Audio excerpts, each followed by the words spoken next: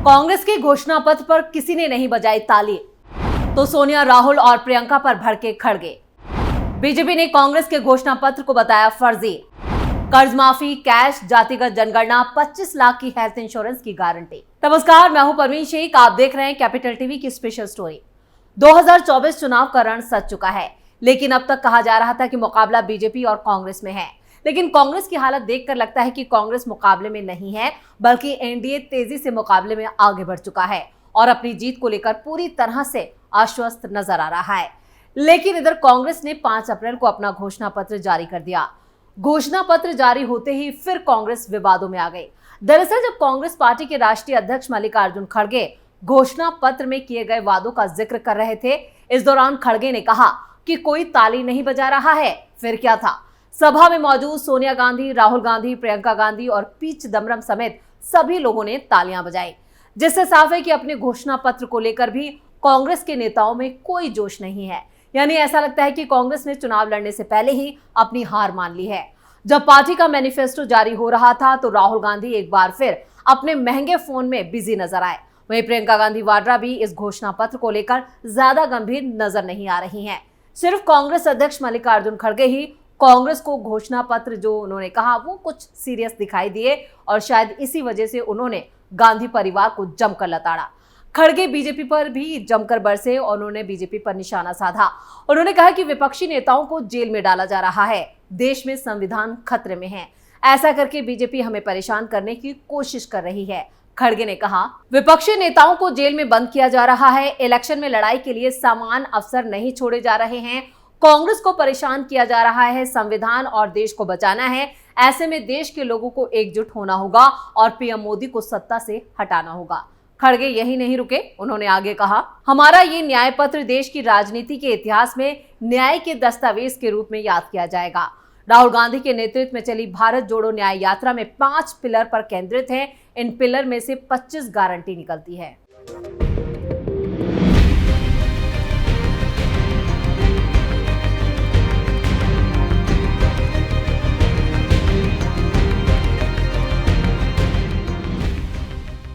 तो मल्लिकार्जुन खड़गे ने कहा कि इस घोषणा पत्र में भविष्य के शानदार भारत की तस्वीर नजर आती है।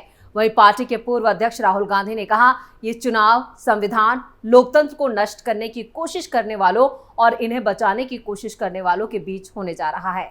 दरअसल कांग्रेस ने लोकसभा चुनाव को देखते हुए शुक्रवार को अपना घोषणा पत्र जारी किया, जिसमें पार्टी ने जातिगत जनगणना कराने, आरक्षण की सीमा बढ़ाकर 50% से ज्यादा करने और किसानों को न्यूनतम समर्थन मूल्य की कानूनी गारंटी देने और नई शिक्षा नीति में संशोधन करने समेत कई वादे किए। राहुल गांधी ने मैनिफेस्टो को लेकर कहा, नरेंद्र मोदी जी ने आज नहीं तो कल ऑपोजिशन को पूरी chargesheet, proof sheet electoral bonds के थ्रू पकड़ा दी है। इसीलिए थोड़ा टेरर हो रहा है उनको, क्योंकि उनको लग रहा है कि भैया अगर 400 पार नहीं 180 हो गई, 160 हो गई, 140 हो गई तो नैया पार हो जाएगी। ये चुनाव 2-3%, 5% और बाकी हिंदुस्तान के बीच में चुनाव है। और जो बाकी हिंदुस्तान चाहता है वो इस मैनिफेस्टो में है, और जो 2% चाहता है, जो अदानी जी चाहते हैं, वो आप उनका मैनिफेस्टो देख लीजिए, आपको पता लग जाएगा। उसमें उनकी रिक्वेस्ट लिस्ट पूरी की पूरी आपको मिल जाएगी। It is a close election and we are going to fight an excellent election and we are going to win the election। जब राहुल गांधी अपने घोषणा पत्र को लेकर बड़ी बड़ी बातें कर रहे थे, उस वक्त राजस्थान के चुरू में चुनावी रैली को संबोधित करते हुए पीएम मोदी ने घोषणा पत्र पर निशाना साधते हुए कहा कि भाजपा दूसरी पार्टियों की तरह केवल घोषणा पत्र नहीं जारी करती है, संकल्प लेती है। इस रैली में उन्होंने राम मंदिर, 3 तलाक और भ्रष्टाचार के मुद्दे पर भी बात की। वहीं कांग्रेस के घोषणा पत्र की बड़ी बातों की अगर बात की जाए तो इसमें केंद्र सरकार में 30 लाख नौकरियां, गरीब परिवार की महिलाओं को 1 लाख रुपए सालाना, जातिगत जनगणना, एमएसपी को कानूनी दर्जा, मनरेगा मजदूरी 400 रुपए, जांच एजेंसियों का दुरुपयोग करने और पीएमएलए कानून में बदलाव का ऐलान किया गया है। साथ ही सच्चर कमेटी की सिफारिशों को लागू करने की भी घोषणा की गई है। कांग्रेस के मुताबिक उसका घोषणा पत्र पार्टी के 5 न्याय हिस्सेदारी न्याय यानी किसान न्याय, नारी न्याय, श्रमिक न्याय और युवा न्याय पर आधारित है। पार्टी ने युवा न्याय के तहत जिन 5 गारंटी की बात की है उनमें 30 लाख सरकारी नौकरी देने और युवाओं को 1 साल के लिए प्रशिक्षुता कार्यक्रम के तहत 1 लाख रुपए देने का वादा शामिल है। कांग्रेस ने हिस्सेदारी न्याय के तहत जातिगत जनगणना कराने और आरक्षण की 50% की सीमा खत्म करने की गारंटी दी है।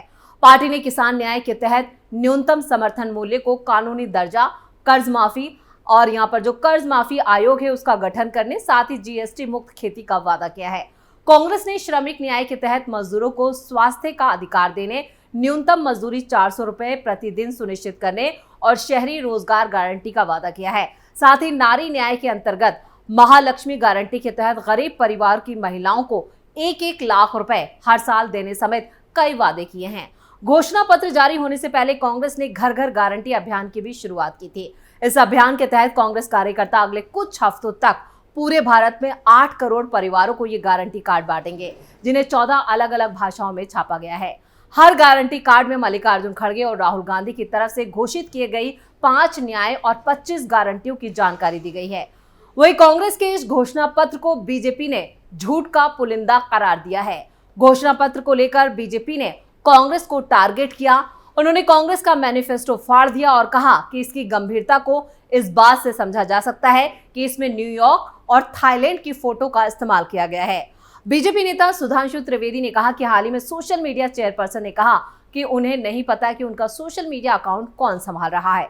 कम से कम पार्टी को ये तो पता होना चाहिए कि उनका घोषणा पत्र कौन बना रहा है। उन्होंने फोटो को दिखाते हुए कहा कि ये तस्वीरें राहुल गांधी की पसंदीदा जगह थाईलैंड की हैं। यही कांग्रेस के घोषणा पत्र में डाली गई हैं। सुधांशु त्रिवेदी ने कहा कि ये कोई बड़ा मुद्दा नहीं है, गलत तस्वीरों का इस्तेमाल किया गया है, लेकिन चिंता की बात यह है कि ये तस्वीरें विदेशी संस्थाओं की है। अब तक वो विदेश जाकर भारत और पीएम मोदी को बदनाम करते रहे हैं, लेकिन अब वो अपने लिए विदेशी तस्वीरें उधार ले रहे हैं।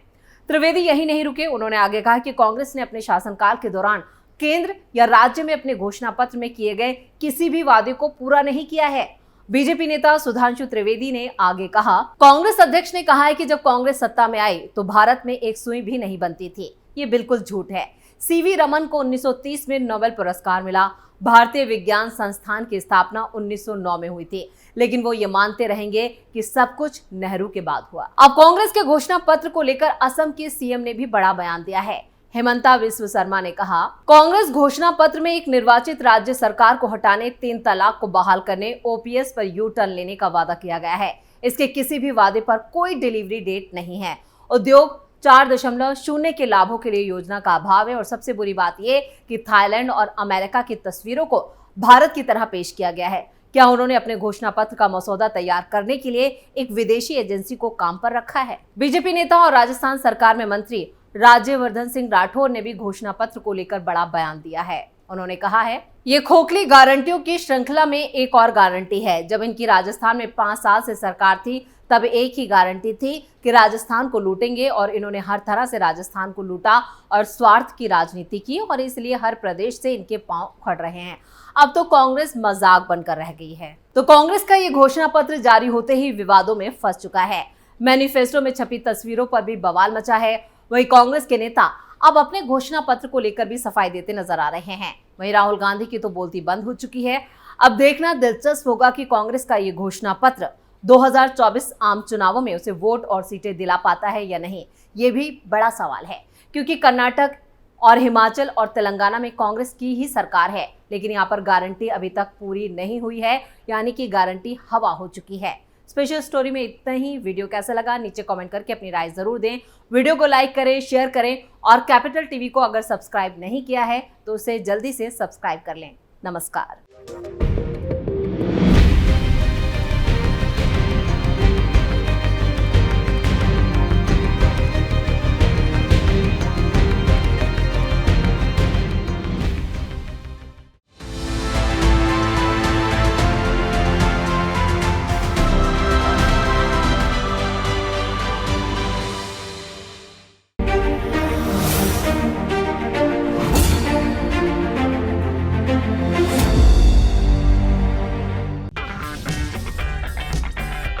अगर आपको हमारा वीडियो पसंद आया हो तो इसे लाइक करें, हमारे चैनल को सब्सक्राइब करें और हाँ, बेल आइकन दबाना ना भूलें ताकि आप तक हमारे वीडियो की नोटिफिकेशन पहुंचती रहे।